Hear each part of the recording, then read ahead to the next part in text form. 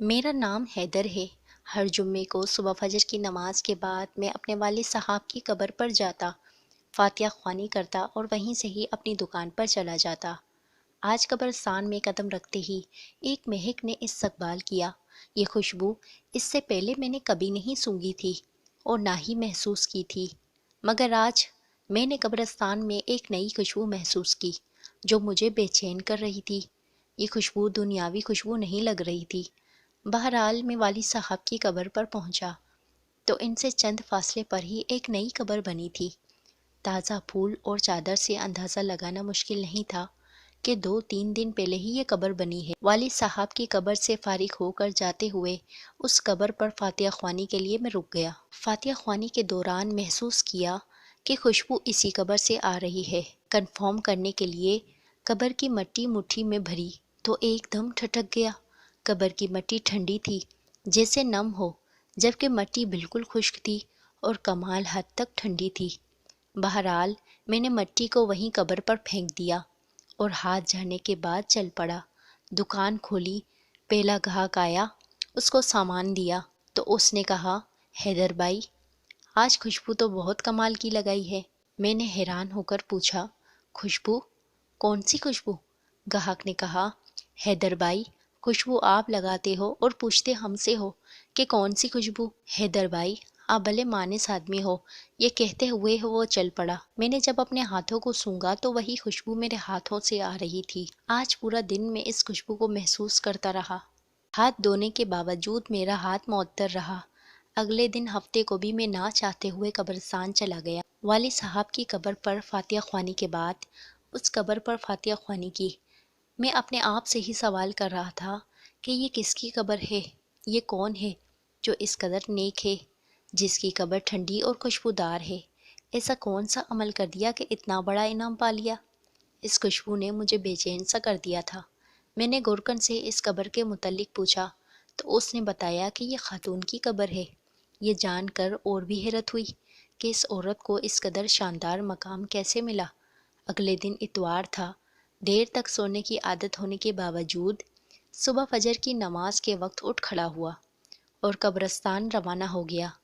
قبرستان میں داخل ہوا تو دیکھا اسی خاتون کی قبر پر ایک بارعش آدمی فاتحہ خوانی کر رہا تھا۔ میں والد صاحب کی قبر پر فاتحہ خوانی کرنے لگا۔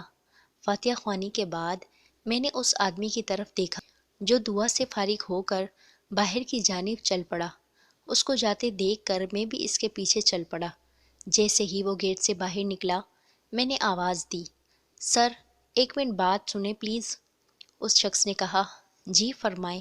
میں نے کہا، سر میں معذرت چاہتا ہوں، میں نے آپ کو تکلیف دی، مگر میں آپ سے ایک بات پوچھنا چاہتا ہوں، اگر آپ اجازت دیں تو۔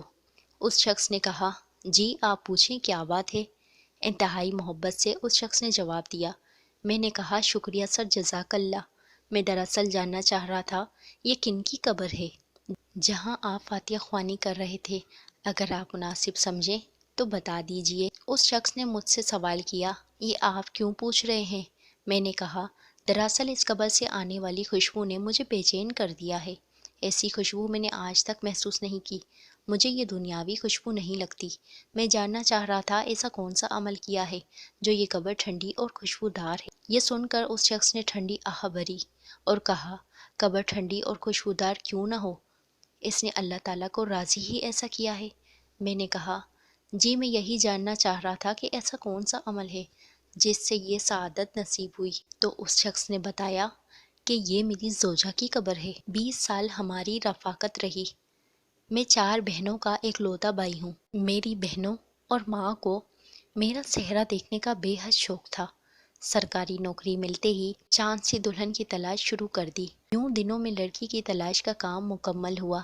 شادی ہوئی اور ماں بہنوں نے اپنے ارمان دل کھول کر پورے کیے۔